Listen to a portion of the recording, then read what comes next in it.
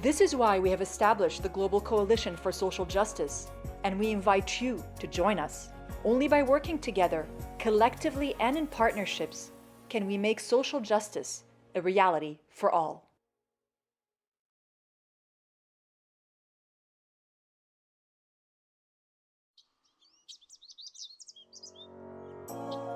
Resilience.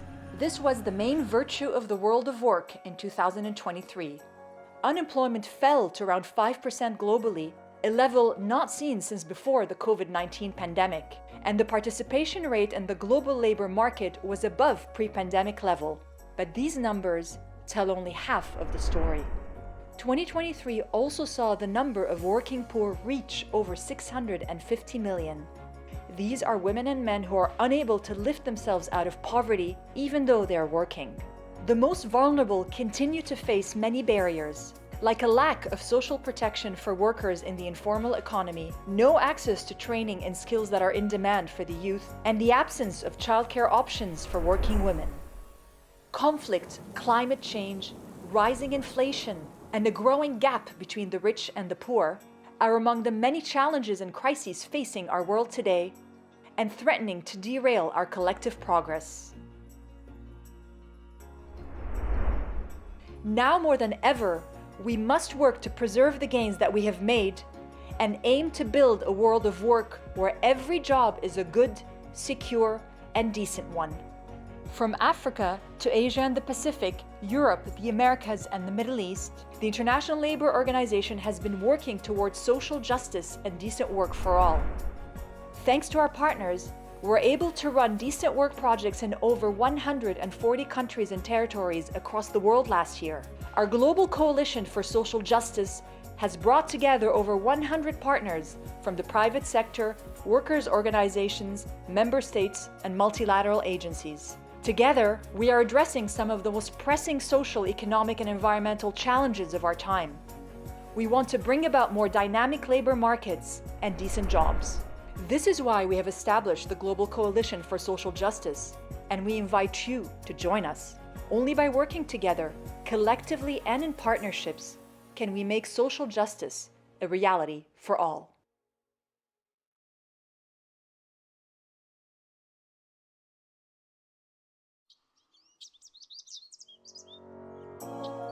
Resilience.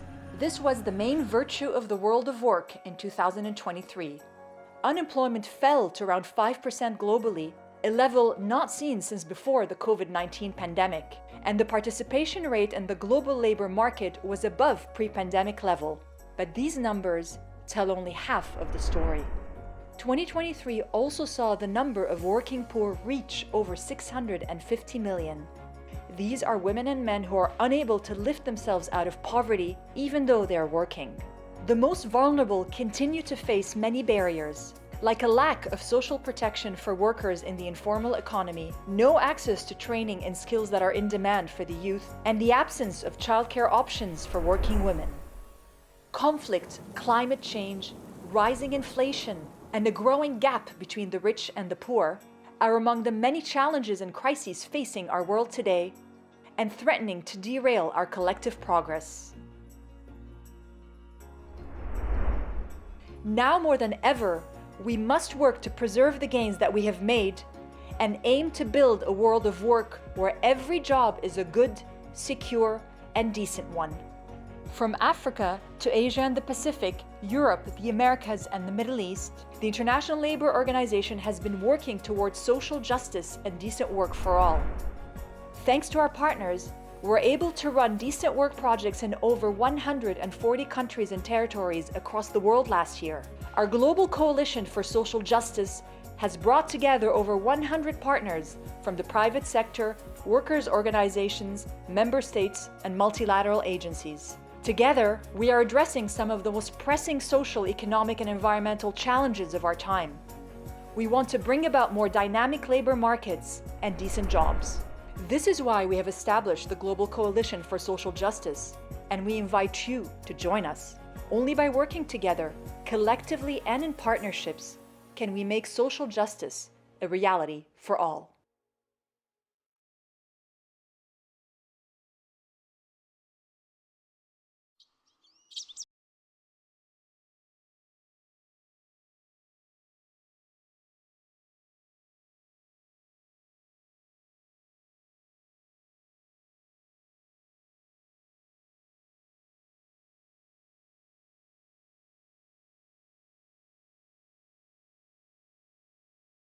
Good afternoon, everyone. I say hello to all of you signing in from all the corners in the world, Latin America and the Caribbean on behalf of the ILO. I thank you for being here, signed in. My name is Claudia Palacios. I am a journalist, and I thank ILO for giving me the responsibility of leading this event that will keep us here for an hour so we can celebrate the World Social Justice Day. This is an opportunity, the World Day of Social Justice, so we can take action, so we can make sure that our societies are more just and equitable. We greet our high level panel. I will be introducing them later on. They come from different cities from all across Latin America and the Caribbean, and we greet all the people who are signing into our online broadcast for this event. We are doing that through the ILO Live platform in English and in Spanish. For those of you who would like to follow in English, you can sign into ILO America's YouTube channel. You can actually type it like that, ILO Americas. So today we celebrate World Day of Social Justice with 7 consecutive events in different cities across the world, covering every single continent. And for our region in Latin America and the Caribbean, well, we are asked to do the closing event of this celebration. Like I said, this has been celebrated in 6 cities across the world, and we've had the chance to listen about different perspectives on how to reach social justice. What are the challenges so we can reach social justice based on the different nuances of different places in the world? Now we have to be mindful of the specific details and the specifics, characteristics about our region, inequalities, the great challenges in the world of work. What do we need to do so we can move forward when it comes to social justice? That is why the ILO office for Latin America and the Caribbean has put together this dialogue session, high level dialogue session. And the idea behind it is, well, it has 3 objectives. The first one, accelerate investment targeted at social justice based on the SDGs, and also boost or foster the support to the coalition on social justice. And of course, out of this session, we would like to all come out with a great idea so we can hit the gas on this. I would like to invite Ana Virginia Moreira. She is the Deputy DG, Regional Director of ILO for Latin America and the Caribbean. She will have an initial presentation on social justice in Latin America and the Caribbean. Ana Virginia Moreira, welcome, ma'am. Good afternoon. Greetings to our high level panel that is with us, and thank you to all of you connected today. Ever since it was founded in 1919, ILO has been a driving force in promoting social justice and upholding decent work, promoting equity, equal opportunities, and dignity for all as a means of achieving lasting and global peace. This year, the ILO launched the Coalition for Social Justice as a platform for action through which to promote global collaboration to address the various social gaps and advance the 2030 Agenda and the Sustainable Development Goals. We are happy to inform that as of today, we have 153 partners in the Global Coalition. What does it mean to achieve social justice in the most unequal region in the world, where income generated by workers accounts for 80% of household incomes? Social justice will require a world of work with equal opportunities so that all people can develop their full potential, where we can tackle our main challenges and the challenges that the future of work brings about. Latin America is a region full of challenges, but also opportunities. Achieving social justice will mean creating the conditions for workers and companies to move towards formality, improve their working conditions, respect their labor rights, and increase productivity. In our region, 1 out of every 2 people is still in a situation of informality. We will need to promote employment-focused macroeconomic policies, regulatory improvements, and measures to extend social security and that preserve the purchasing power of wages to maintain the quality of life of workers and their families. These policies should also strengthen labor market governance and institutions.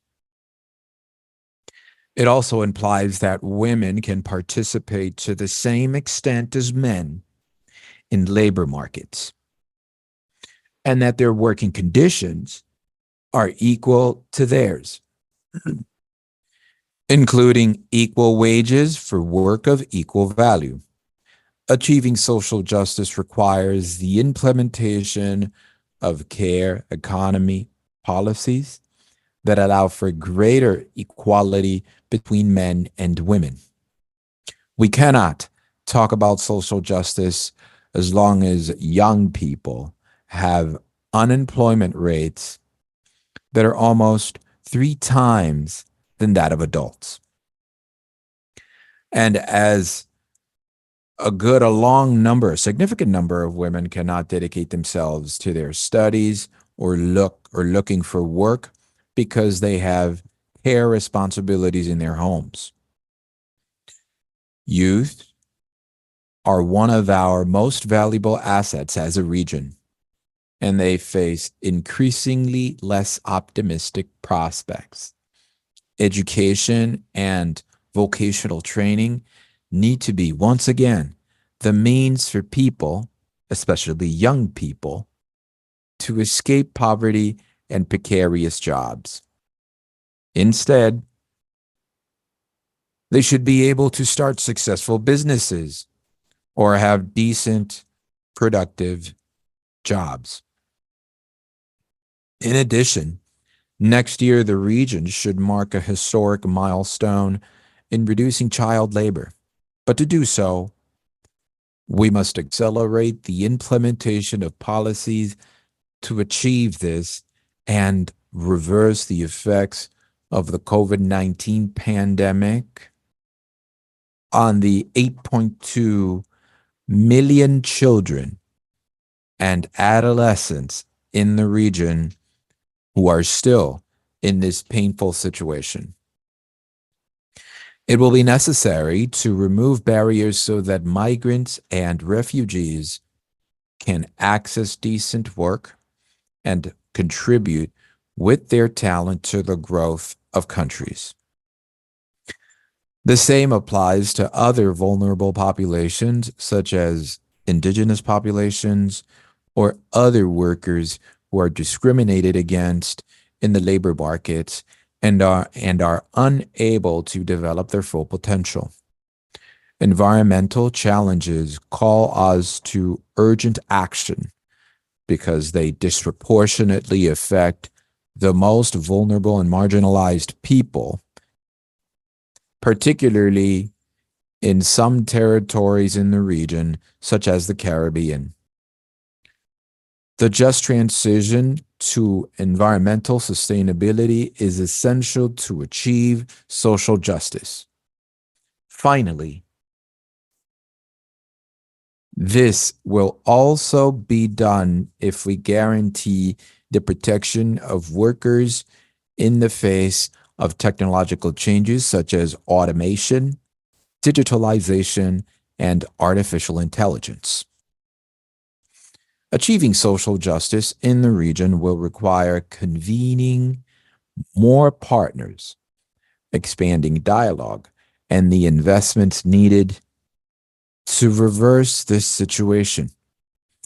I hope this brief opening presentation and the perspectives of our high-level panel will allow us to enrich this dialogue. Thank you.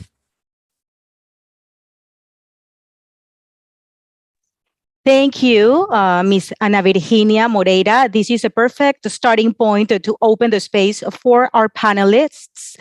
I will ask them to, in just 5 minutes, share the main challenges and the most complex challenges in order to advance to social justice, and what they can commit to from the organizations that each one of you represent. I would like to give the floor to Honorable Colin Jordan, Minister of Labor, Social Security, and the Third Sector from Barbados. Minister Jordan, welcome. Thank you very much, Claudia. And thank you to the ILO for the opportunity to be able to share some thoughts from the Caribbean. In the Caribbean, there are challenges to achieving social justice in the world of work specifically, but in our nations generally. Some of the challenges are structural, and I'll refer to some of these from the historical perspective, and some are imposed. And these are based on multilateral.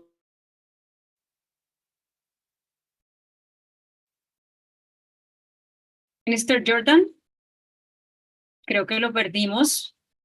Vamos a ver si podemos recuperar la comunicación con el ministro Jordan. Connect.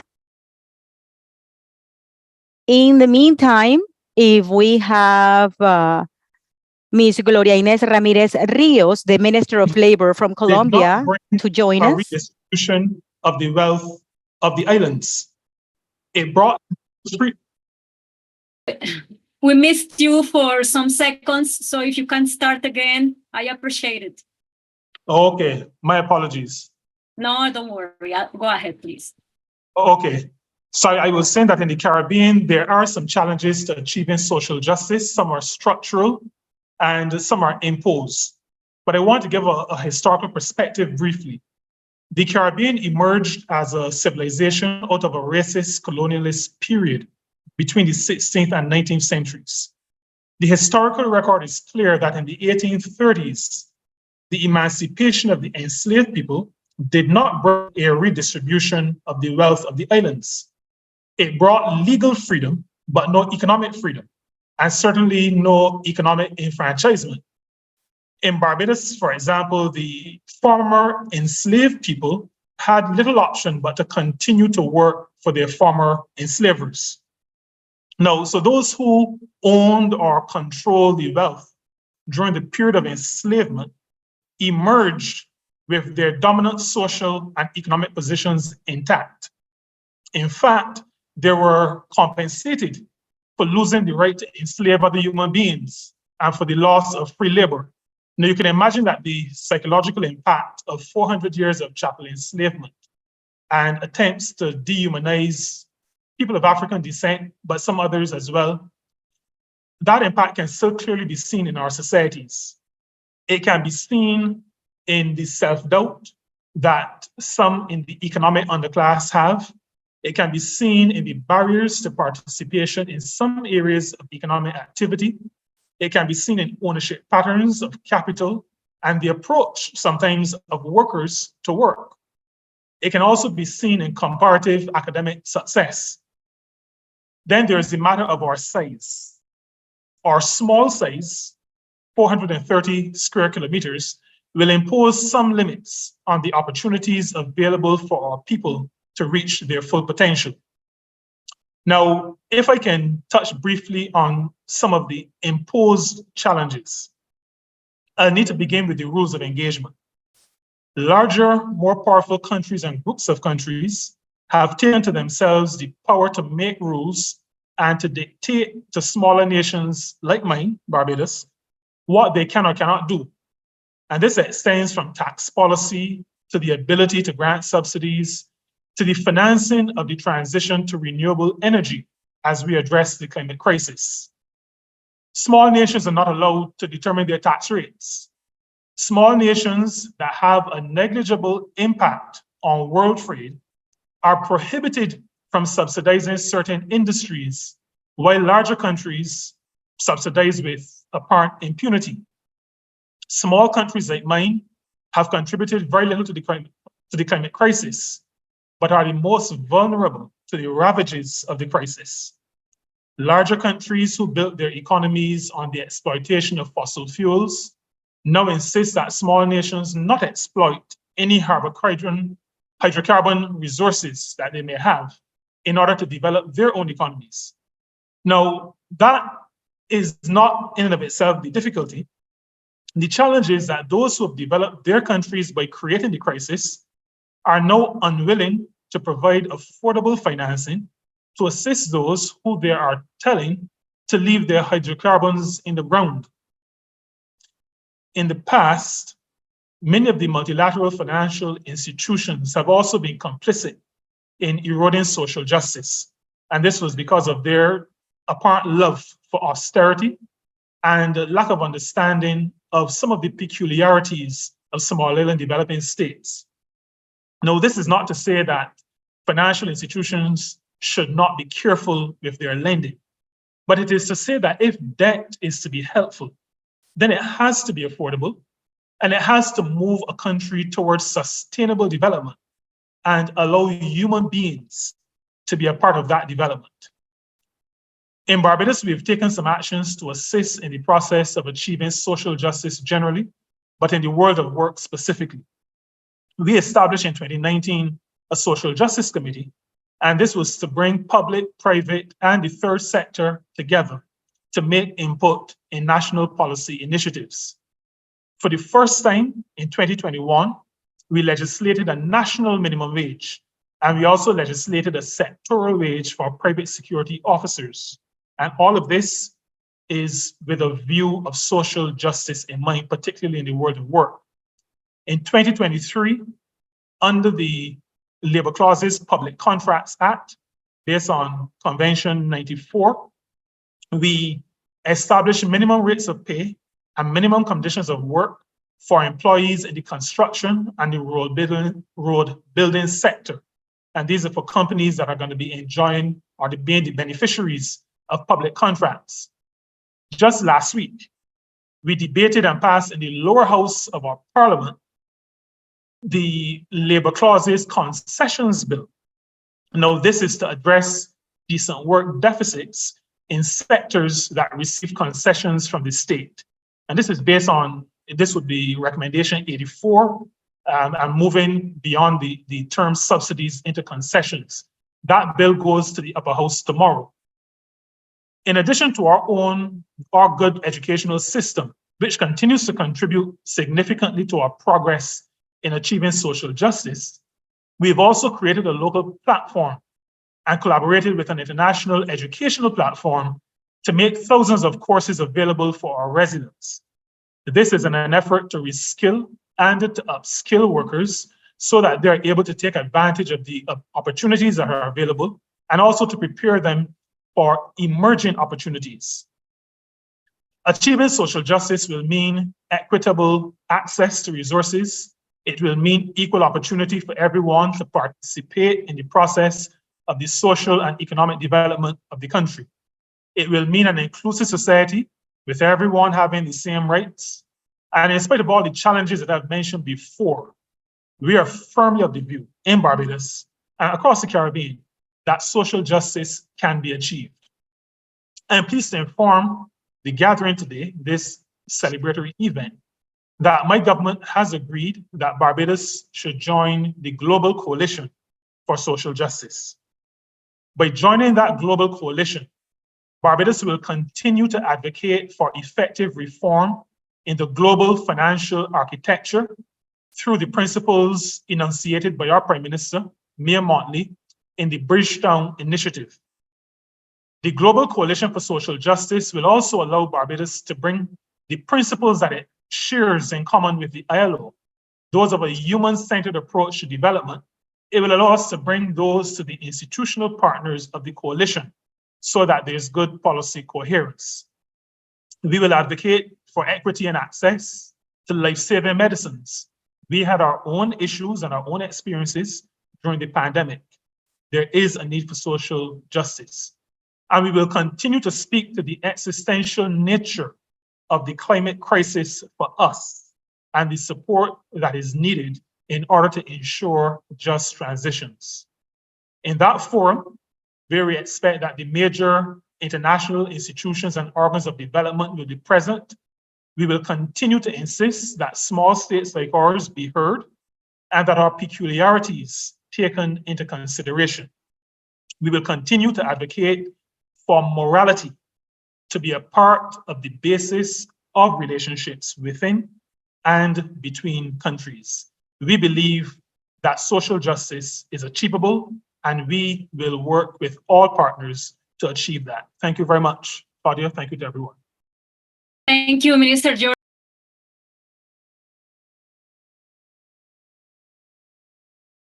La coalición global por la justicia social, eso nos hace muy felices. The Global Coalition for Social Justice.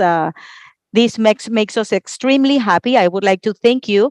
Thank you for sharing your perspectives and the history from slavery and the different actors that are part of the social justice. Thank you for joining Barbados to this coalition.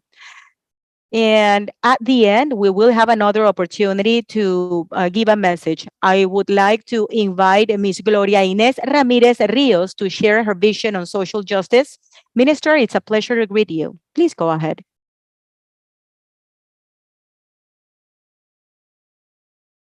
Thank you, Claudia.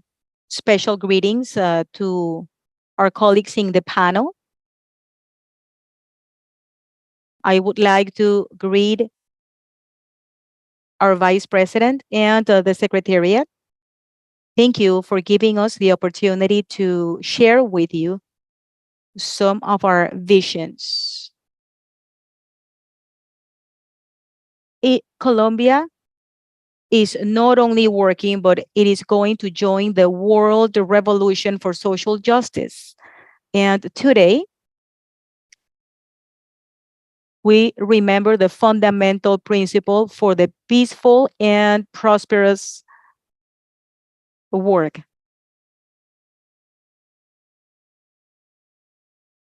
Inequalities have been getting worse, especially in our region. Our region is one of the areas of most inequalities in the world.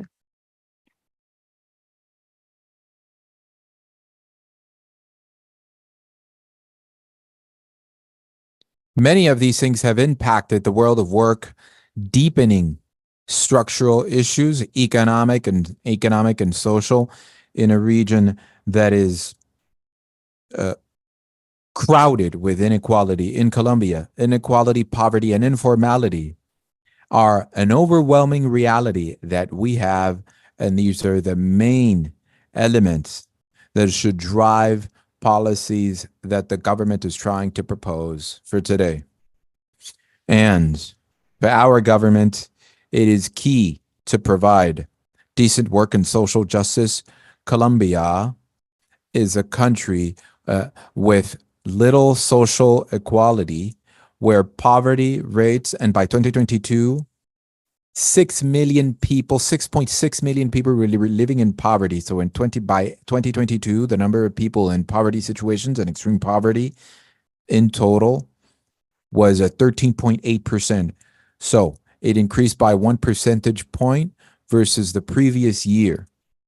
And in previous, it was coming up from 7% and went up to 13%.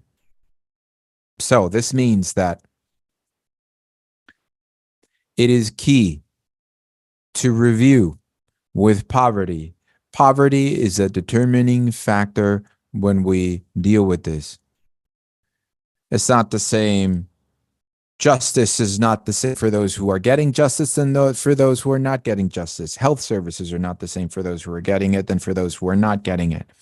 That is why the Colombian government is working on a series of structural changes that allow us to review the SDGs, or the former Millennium Objectives, Millennium Goals. So we have to fight poverty in our country and in the region. The second thing for us is key so we can make progress towards social justice. And well, I am talking about peace. peace should not only for all people and people living in rural areas, we have to have peace so we can move towards productivity. As long as we have countries fighting against other countries, while the interests of capital trample on the rights of people, we will continue to have these issues. That is why this panel is a very important part of this. In this panel, we should talk about peace. And this is also linked to climate change. In all economies in the world, they are all affected by climate crisis. So earthquakes, seismic activity, natural disasters are definitely affecting economies in the world. So we should take a series of measures and undergo a series of processes that will allow us to tackle climate change and tackle this climate crisis, and we can definitely tackle this issue. I would like to say that this year, Colombia will be the host of the Ministers of Labor meeting, and we can hopefully put together public policies for the region that would allow us to strengthen, do a clear strengthening of public policies and see after these issues. But we can also work towards securing human rights. And I will wrap up by saying a thing so we can move forward in inclusion and social justice is clearly decent and dignified work. But in order to do that, we have to focus on labor rights articulated with human rights. Thank you. Madam Minister, thank you very much. You are definitely on point when you say climate change, and Minister Jordan said it as well, and you've expressed the great need that our country has, our country, Colombia. I know you have to step out before the panel ends. I will give you the floor once again so you can share for just a minute and give us a compelling action that we have to take so we can see some changes when it comes to social justice. Well, first, I would like us to review the SDGs. The second thing is to articulate public policies that focus on social justice, not only on the dimension of them, maybe democracy, rights, freedom. I would like us to focus on that. So, ministers of labor, together with ILO, we should come to an agreement for peace, an agreement for workers' rights, and measures that tackle climate change. Madam Minister, thank you very much. We have to come to an agreement, a pact for peace and climate change. Thank you very much. I hope you can join us later on so you could listen to the rest of the interjections. Now I will hand it over to Mr. Alexandre Furlan, and my apologies if I am not pronouncing your name correctly, sir. Regional Vice President for Latin America, IOE. Thank you very much, Claudia. Good afternoon, everyone. It is an honor for me to participate in this event. First, it is important to say that the concept of social justice is supported by the employers sector in the region and also in the world, because social justice is a concept included in the Constitution of ILO since 1919. Therefore, it is a foundational concept of our institution. This translates into effective respect of rights of workers, productive work, sustainable development, and social dialogue. However, I would like to say that the efforts so we can reach social justice has a lot of challenges and obstacles globally that are highlighted in our region, especially in developing nations. The main contribution for social justice happens through dignified work.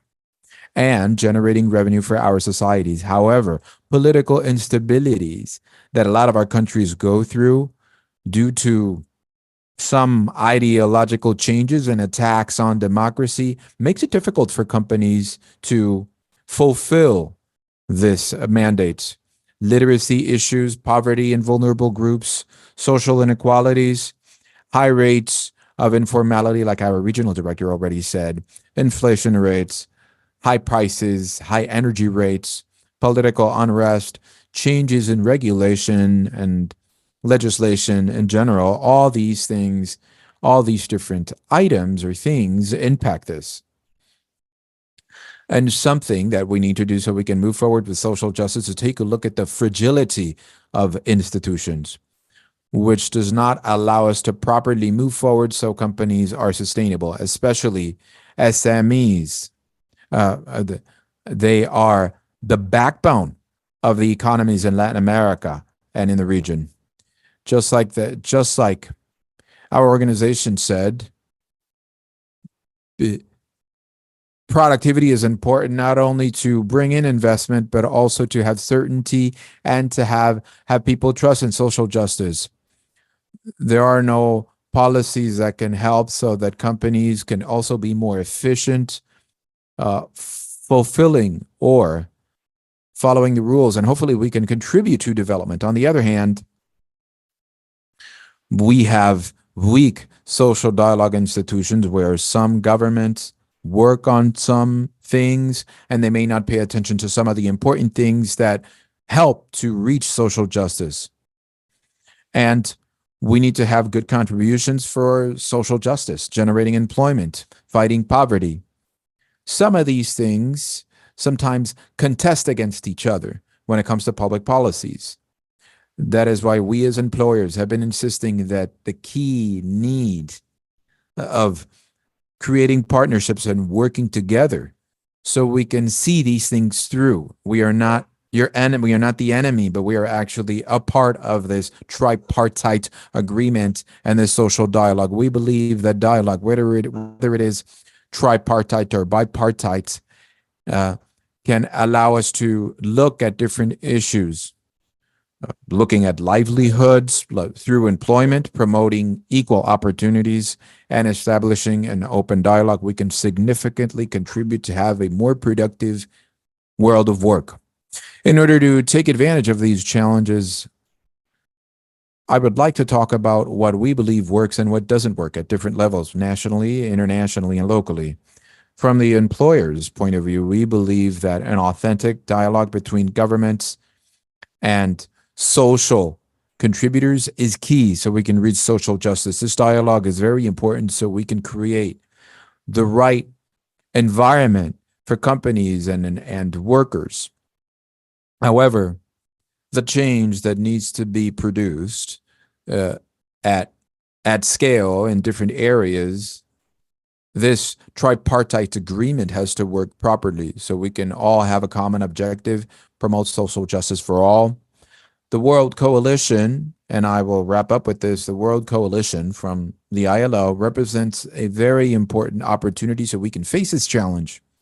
Through this initiative, all the interested parties will be able to share the lessons learned and best practices throughout the world in a one platform.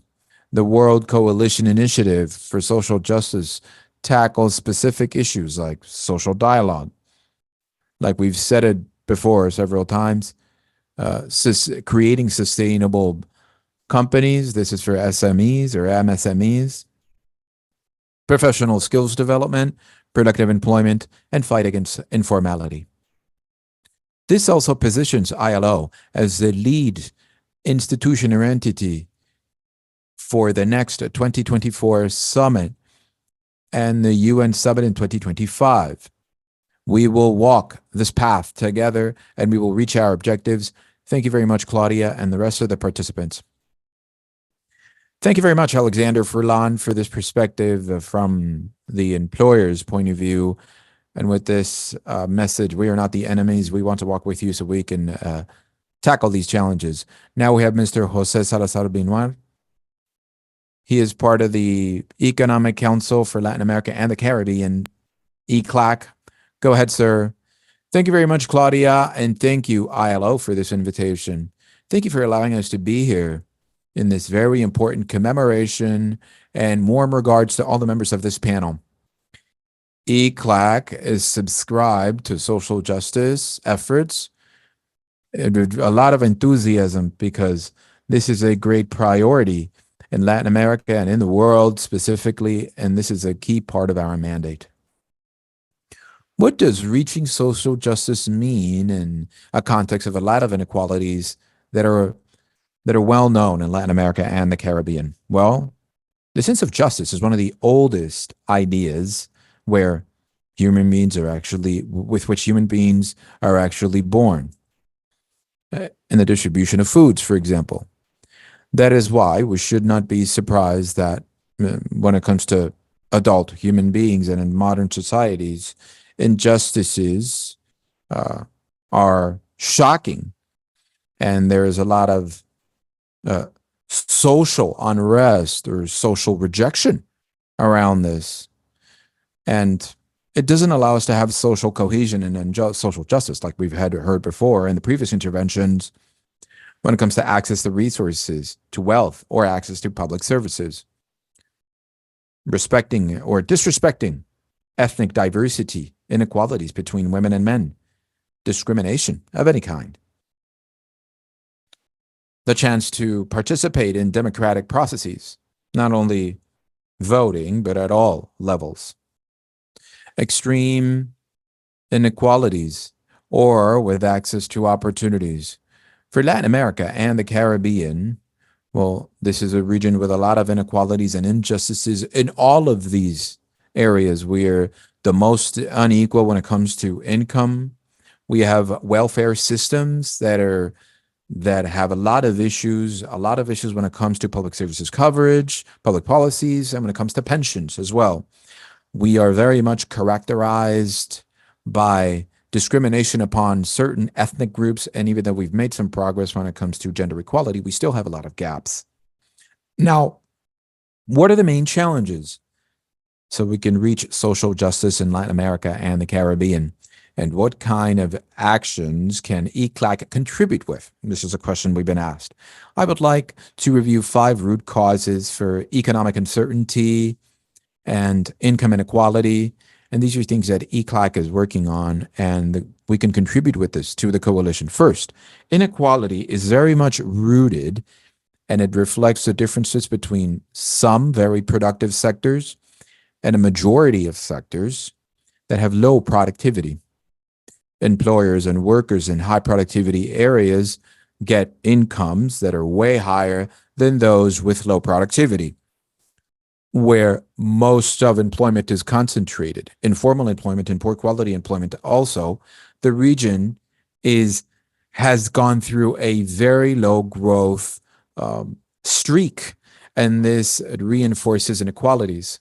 So all of this means that part of the solution are productive development policies that are needed so we can make development more dynamic and we can see more productivity between sectors and everything that ILO calls support for sustainable businesses.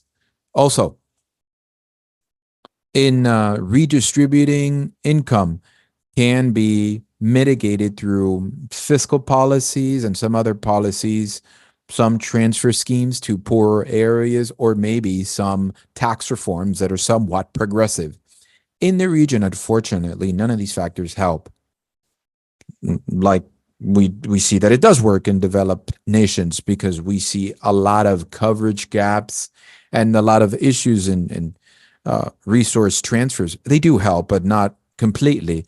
And tax structures are usually regressive and not progressive. So you have education as well. This is key. An education system that has coverage and high quality. This is a social mobility mechanism that is very, very good, cross-generational, and it also tackles inequality.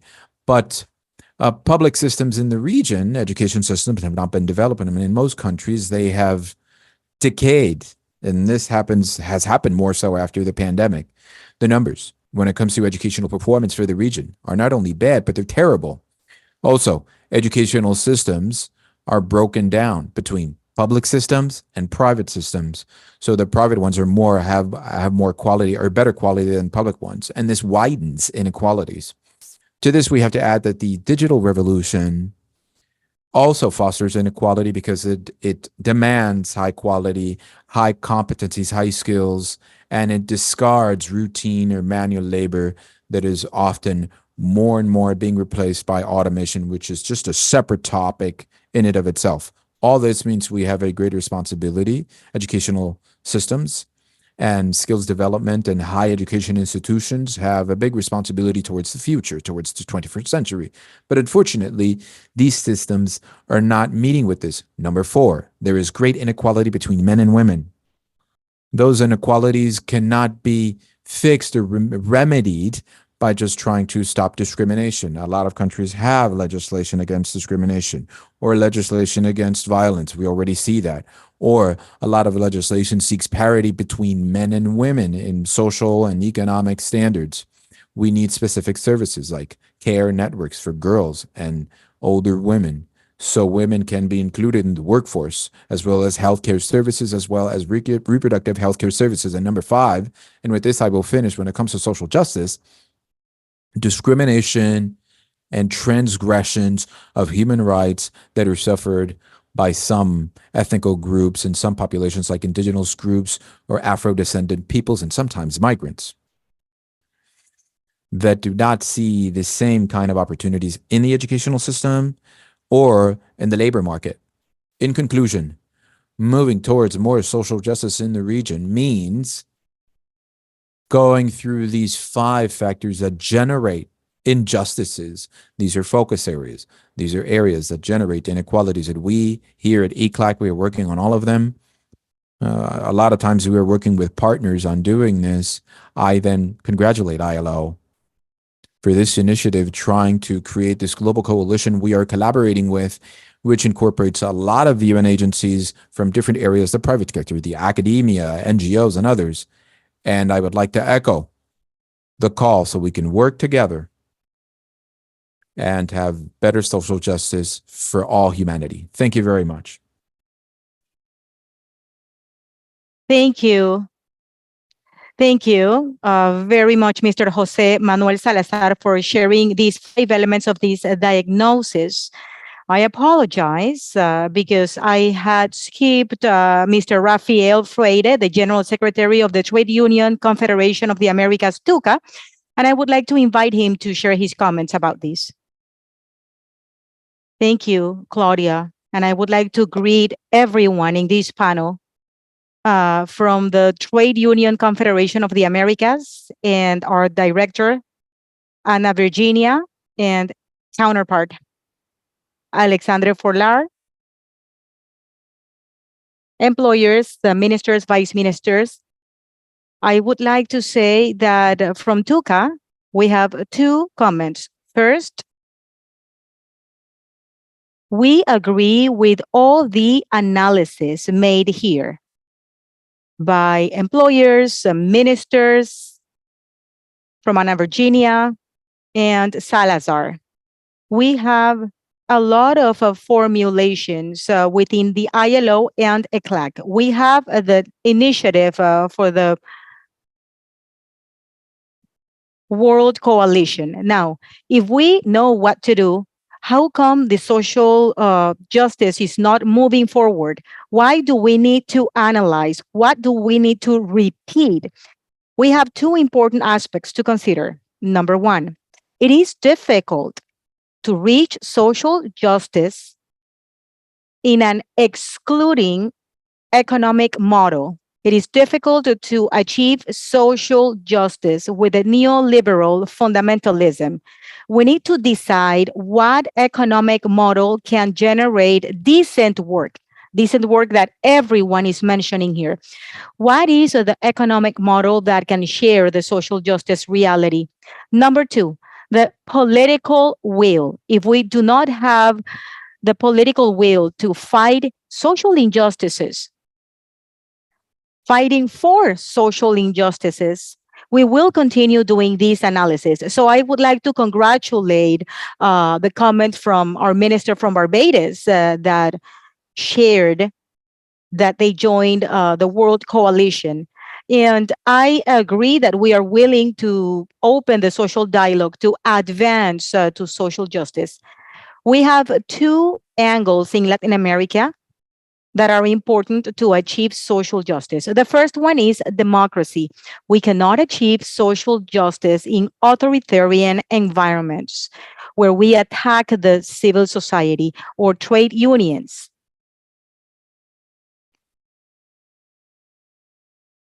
So the protection of democracy is fundamental.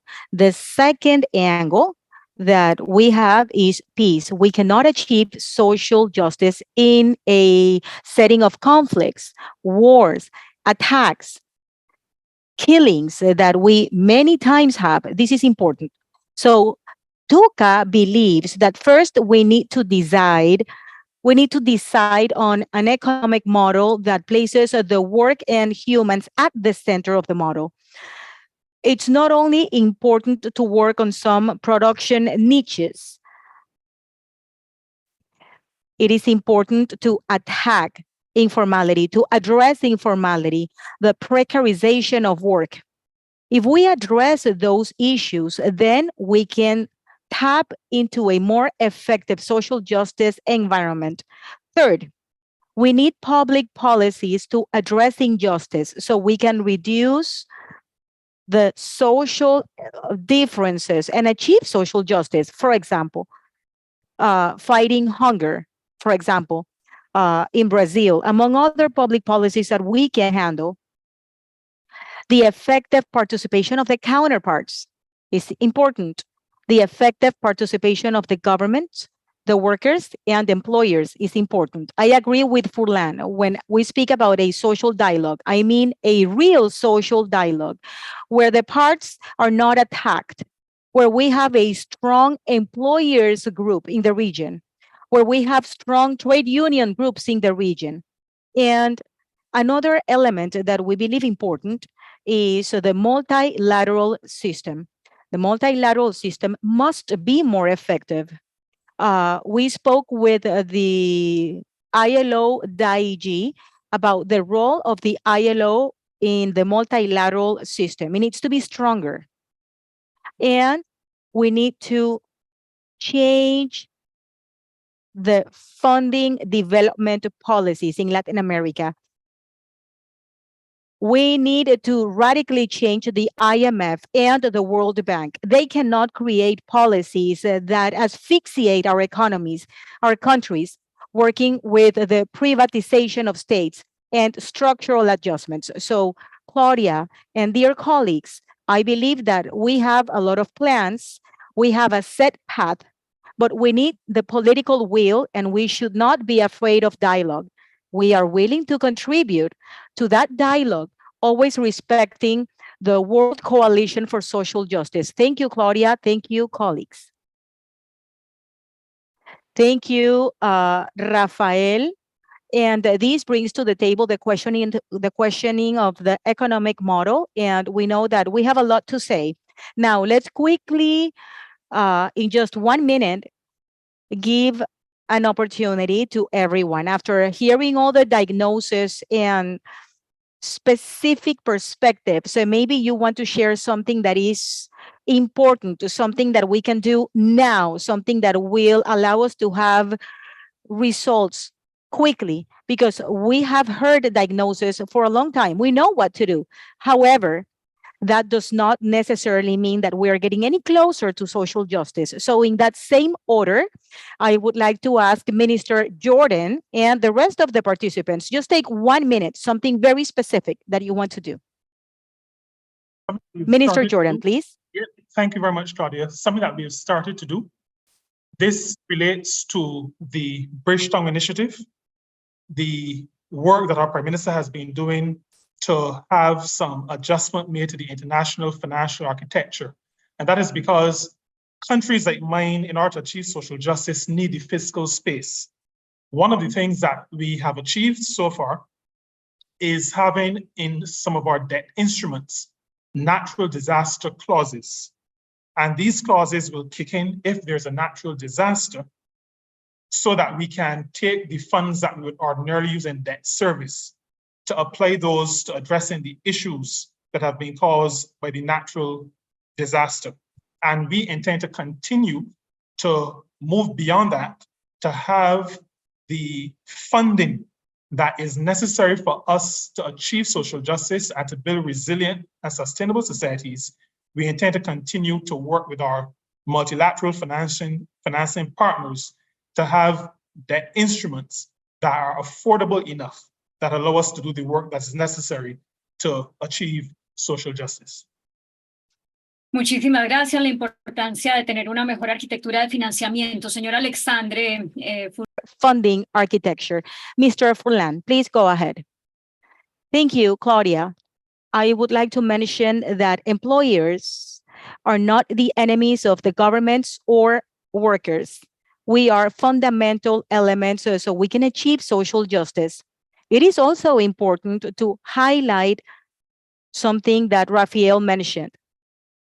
How do we discuss the ideal economic model with so many differences among countries? Therefore, I believe that something important here, considering that we have different countries, is for the ILO, when we build projects, we need to have the participation from the beginning, from the conception, the participation of employers and workers. We want everyone to participate. I do not want to be introduced as the partner the day of the wedding. No, I want to know the person ahead of time. So we need an active participation in the conception, elaboration, and execution of all the projects aimed to reduce informality, improving professional skills. So then we can achieve the social justice that we so long seek. With that analogy, we understand what you're trying to say, joint work. Now I would like to give the floor to Mr. Rafael.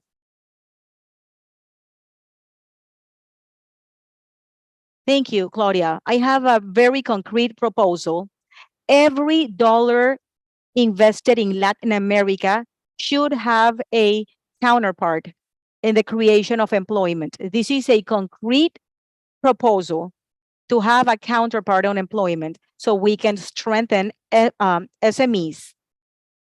And Furlan, we do not believe that employers are enemies. We can sit together on the table and we can solve our differences. So my proposal is that every dollar invested in Latin America, we can have a counterpart to create employment, improve salaries, and achieve social justice. Thank you.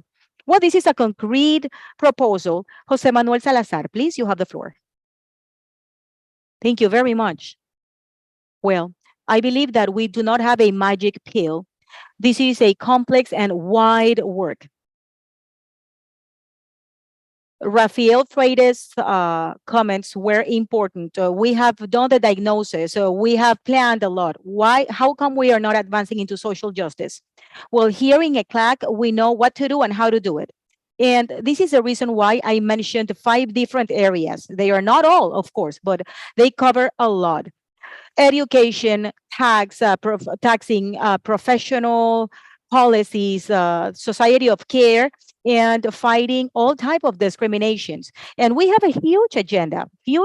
This is not all, but if we address those elements, we will make the difference and we will move the needle of social justice, not only by reducing inequalities, but we would advance into a new development model. And I agree with that question about the transformation of development models.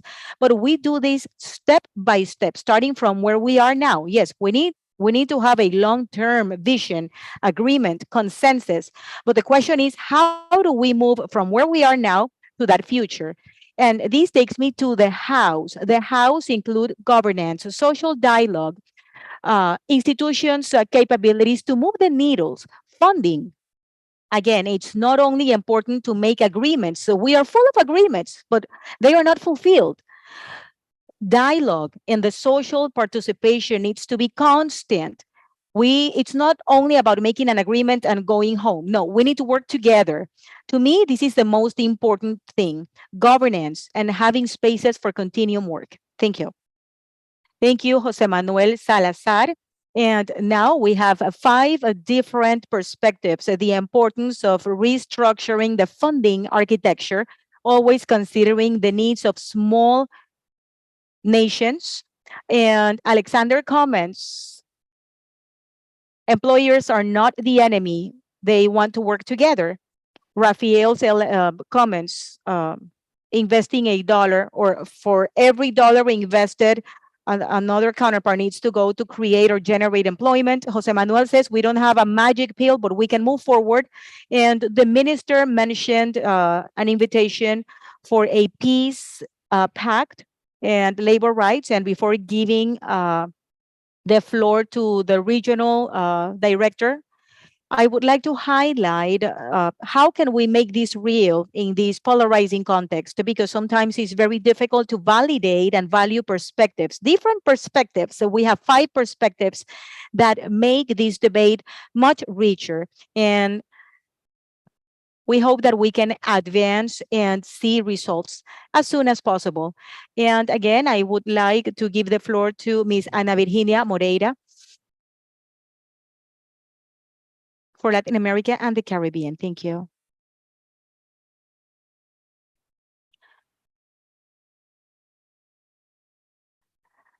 I would like to express my deep gratitude to our friends and colleagues sharing their perspectives of social justice in Latin America and the Caribbean. Their contributions have enriched our understanding and have pointed out paths towards a more equitable and just future for everyone, considering the approaches that each one of them can make from the institutions they represent. Our main goal was to think and reaffirm the sense of the value of social justice. Therefore, I would like to highlight points from each one of the speakers. From the Caribbean reminded us the importance of social justice and the global financial architecture. Therefore, we must place social justice in the international taxing space. Otherwise, it's going to be an empty discourse with no effectiveness.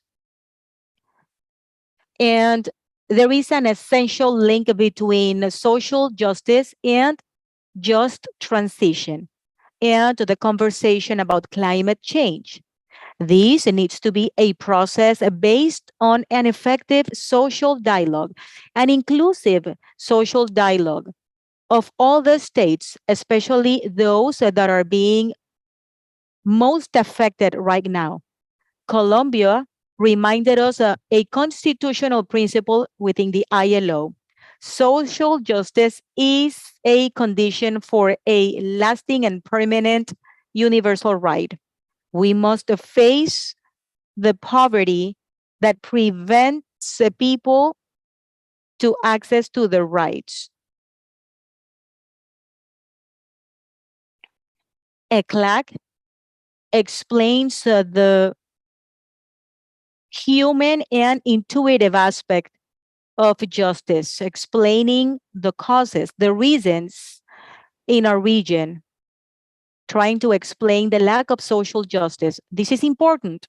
This is important because we must understand the different peculiarities of social justice in our region.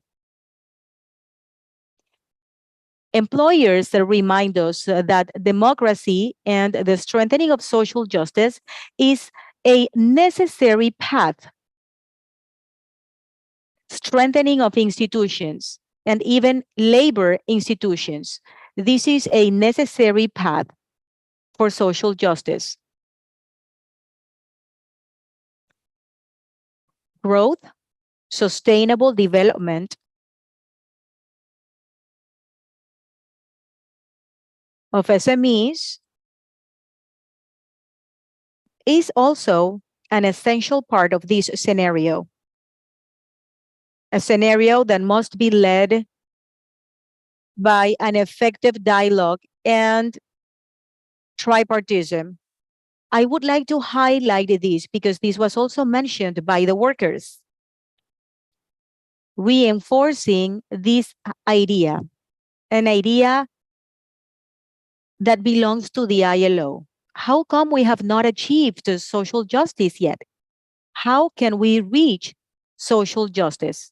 We can only do it through effective dialogues, inclusive dialogues. But this needs to grow. This is a very complex situation because this is always changing. And this is one of the goals of this discussion. This is one of the goals for the coalition. What is a social justice today? What is a social justice in the future, considering all the challenges we have? What do we understand from social justice in this new millennium, considering the digital and environmental transformations? Therefore, I believe that maybe we do not have a specific starting point. This is an ever changing process. It is up to us to make it an inclusive, democratic process based on a dialogue.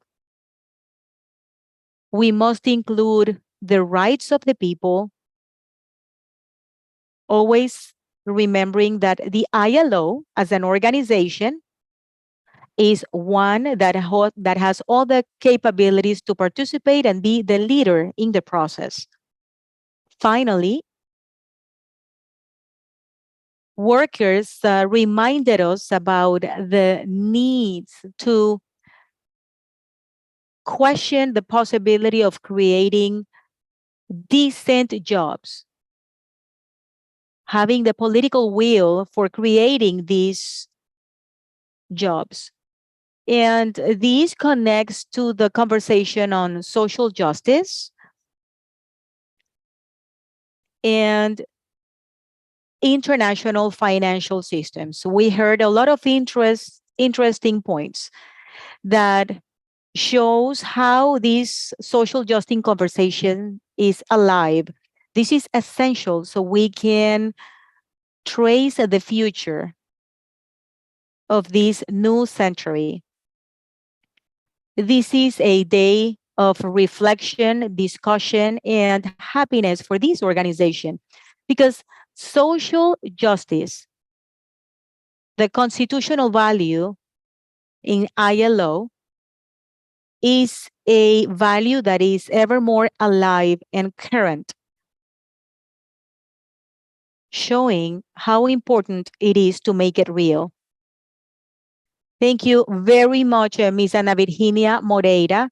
When you say that this is a process and that we shouldn't see social justice as a starting point, makes me think that we need to be flexible. We need to have an opening so we can pay attention to those new challenges brought upon by society before achieving social justice. Thank you for your closing remarks. I would like to thank all the panelists, the Minister Jordan, Minister of Labor, Gloria Inés Ramirez, her team, Mr. Alexandre Furlan from the Employers Organization, Mr. Freire from TUCA. And I would like to thank Mr. Jose Manuel Salazar from ECLAC. Thank you for the invitation on behalf of ILO. Thank you for sharing this recording with people that you believe can echo these messages so we can have even more people talking about how to face this challenge, how to achieve social justice, and how to work with a coalition. I hope you have a great rest of the day, and thank you again for joining us today. Thank you. Goodbye.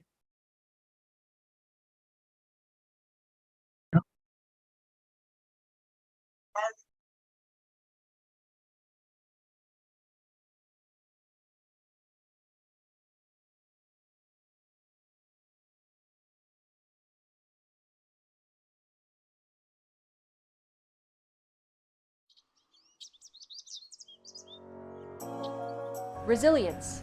This was the main virtue of the world of work in 2023. Unemployment fell to around 5% globally, a level not seen since before the COVID-19 pandemic, and the participation rate in the global labor market was above pre-pandemic level. But these numbers tell only half of the story. 2023 also saw the number of working poor reach over 650 million. These are women and men who are unable to lift themselves out of poverty even though they are working.